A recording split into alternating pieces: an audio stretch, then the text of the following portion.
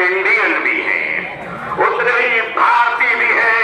हमें अपने ईमान की भी हिफाजत करना आता है, इस्लाम की भी हिफाजत करना आता है। भारत की धरती याद रखना, अगर तुझको भी खतरा आया तो कोई सबको भी बचाना आता है। ये चाइना का बॉर्डर प्रोग्राम और ये कश्मीर से पाकिस्तान की सरहदें, भारत के नौजवानों, भारत के आर्मी जवानों, ये हिंदुस्तान का ये जियादा मुसलमान जिनकी माँ ने इनको गोद से रखूं नहीं पिलाया है, बल्कि इनके हाथों में हज़रत टीपू सुल्तान का डूबा हुआ है। वो आग में बताया है, वो आग में बताया है, ये नौजवान तुम्हें बताया है कि चाइना के बॉर्डर से लेकर अगर पाकिस्तान की सरहद तक अगर कुछ कोई खतरा आया तो जवानों हमें आवाज देना। खुदा की कसम हम अपने जवानों को, नौजवानों को, मुसलमानों को कफन पहनाकर सरहदों पे पहुंचा देंगे।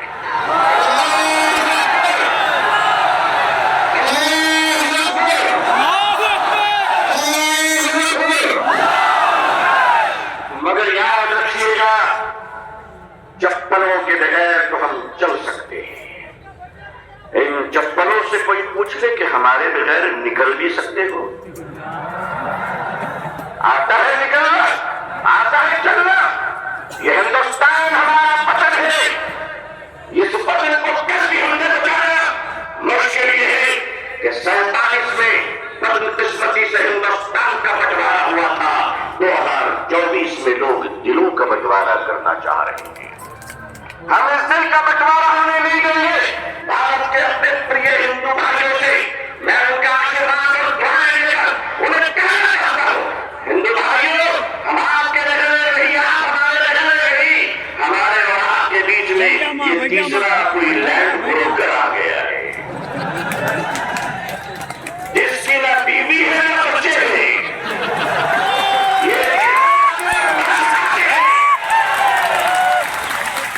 लेकिन इनको बता दीजिए और साथ साथ बता दीजिए, कुत्ते वफादार हो ये बात तो सही है, मगर वफादार कुत्ते हो जाए ये बात सही नहीं है।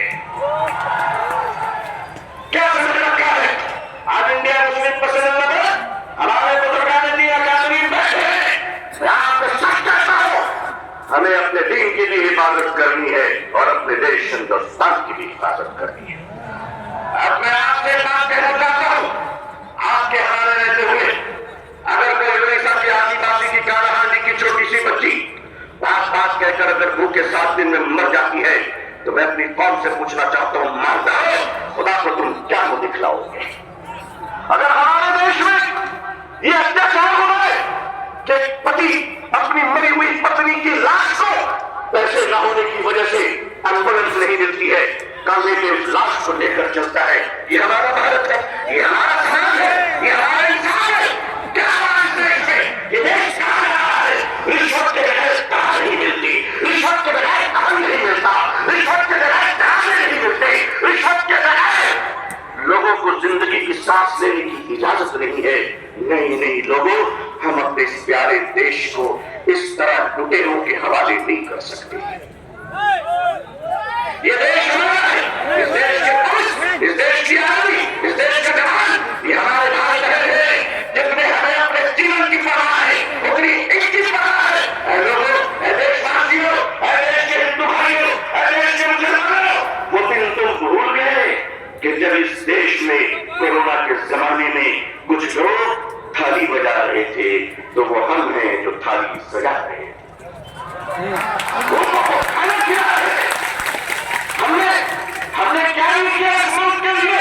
अरे तुमने हमें कुछ नहीं दिया, तुमने हमें रिजर्वेशन नहीं दिया, फिर भी हमने तुम्हें एपीजे अब्दुल कलाम दिया है। वो दिन मत भूलो, मिलाए दिया है। एक बार वापस करके जो देखो, एक बार बयान करके जो देखो, हमारे हर घर से तुम देखना शेखुल इस्लाम निकलेंगे, शेखुल हिंद निकलेंगे।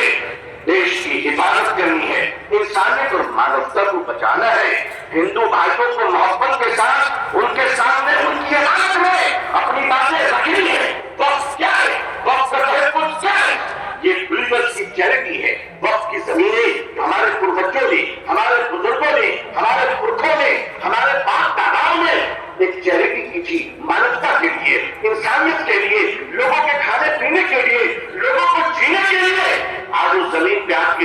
کیوں بڑھ گئی؟ ہم جانتے ہیں مہاشے کیوں بڑی ہے، اس لیے کہ اب راجا دیش نہیں چلا رہا ہے، اب راجا ریئل اسٹیٹ کا کاروبار کر رہا ہے۔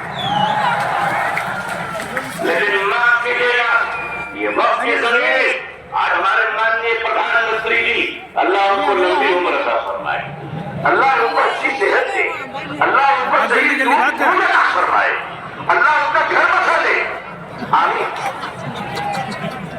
آج آپ کہتے ہیں کہ ہم ختم کر کے رہیں گے، ٹھیک ہے، اگر لوکتنتر پہ شکتی تنتر کا اہنکار چلے گا تو میں بھی اپنے بزرگوں کی چھٹیوں میں بیٹھ کر کہہ دینا چاہتا ہوں کہ حضرت اب ہم عدالت کے دروازوں پہ بھیک نہیں مانگیں گے، اب یہ کہنا ہی ہے کہ اگر سنسد ہماری ہے تو سڑک ہماری ہے۔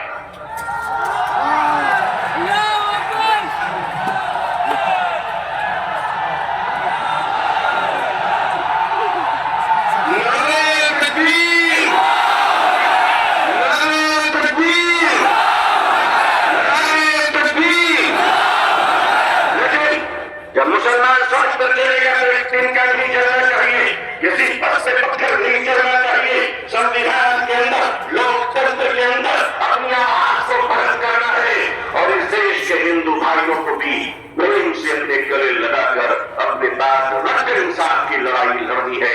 یہ دیش کسی ایک جاتی اور دھرم کا نہیں ہے، ہم سب مل کر ہیں اور مل کر رہیں گے انشاءاللہ۔